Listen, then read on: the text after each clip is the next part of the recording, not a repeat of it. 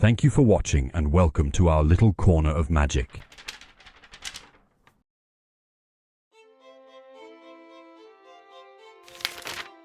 The Yule Ball, Part 23. The Great Hall had never looked so breathtaking.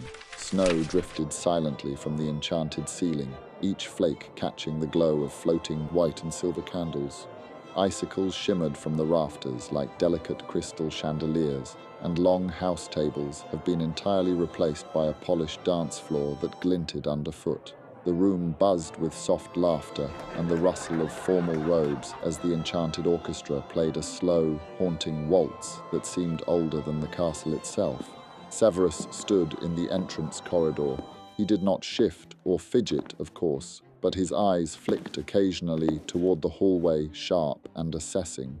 His dress robes were cut from black velvet, tailored to his frame, deep emerald silk waistcoat, black cravat with a small emerald gem nestled in the middle. Silver serpent embroidery trailing subtly along the cuffs and hem, his boots a polished obsidian leather, his black hair tamed, sleeker than usual, framing his pale face in a way that seems intentional tonight.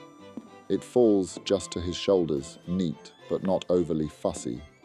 His expression, as ever, is controlled, but paired with the severity of his attire. Jean Griffley, resplendent in her elegant, dark green, emerald gown that shimmered like frost on holly leaves. The neckline dipped gracefully, framed by long, fitted sleeves. At her waist, a silver serpent clasp cinched the gown. Her shoes, slender-heeled slippers in emerald satin. Around her throat, a delicate chain of silver bearing a single emerald stone. Her hair spilled in long, curly, dark waves down her back, her signature white streaks gleaming like silver threads among shadow. An S-shaped serpent hairclip rested above her right temple, gleaming in the low light, and a stubborn white curl had already slipped down her cheekbone. Severus said nothing, but the tightness of his posture eased. He offered his arm without a word. She took it, and he led her into the great hall. The soft hush of conversation shifted around them. Eyes turned, whispers stirred, and the candles flickered just a bit brighter. They stopped at the edge of the dance floor. "May I have this dance?" Severus asked, voice low and formal.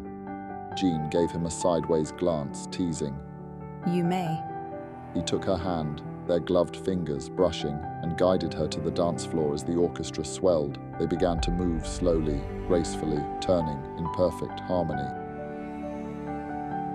All around, the world softened. The flickering of candlelight, the endless snowfall above, and it all melted away until there was only this.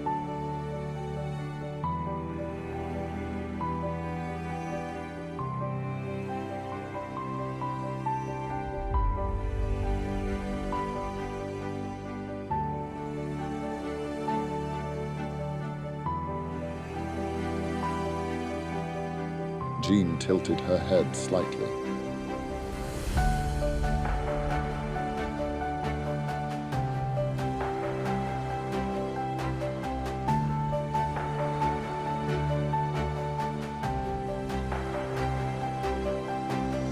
They turned again, this time.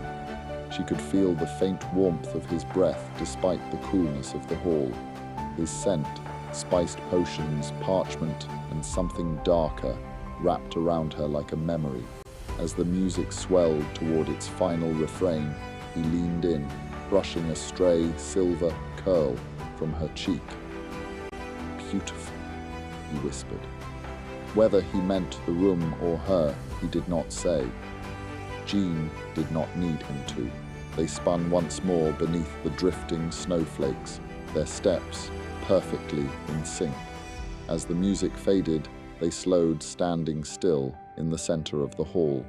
Around them, applause rose as the next song began, but they did not move, not yet. For a moment longer, they stood together in the hush between heartbeats, green velvet, black robes, and the shared gravity of everything unspoken. He gave her the faintest bow. Jean, without a word, stepped back and offered a rare, genuine smile, not wide, not giddy, but utterly sincere. Severus extended his arm again, and she took it. They walked off the dance floor in silence, yet the air around them seemed full of something unnameable, something ancient, simmering and waiting. The candles burned a little brighter in their wake, and somewhere behind them the music started again, but neither of them heard it. Not really. The night lingers. More of the Yule Ball awaits. Love what you see, like and subscribe, and be a part of our journey. It's far from being over.